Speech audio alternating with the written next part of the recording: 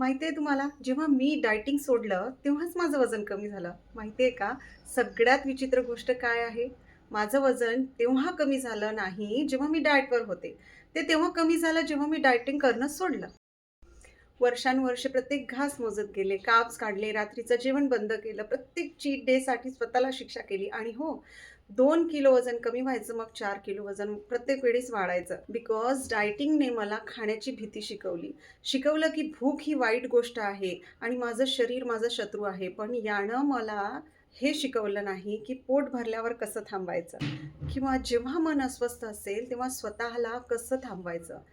ज्या दिवशी मी डायटिंग सोडलं, त्या दिवशी मी खरंच खाणं सुरू केलं. मी माझ्या भुकेचा आदर केला, तिच्याशी भीती नाही ठेवली, मैत्री केली, वजन घटवण्याच्या मागे धावणं सोडलं आणि पोषणाच्या दिशेने पावलं टाकली. आणि मग काय झालं? वजन आपोआप कमी होऊ लागलं. हळू नैसर्गिकपणे, तणावाशिवाय. राईट?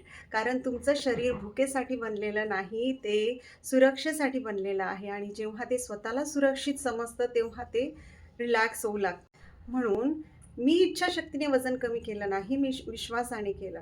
माझ्या शरीरावर विश्वास ठेवून, प्रोसेसवर विश्वास ठेवून आणि कदाचित हीच डाएट आपल्याला खरं तर स्वीकारायला हवी. Right? Follow for more. Thank you so much and take care.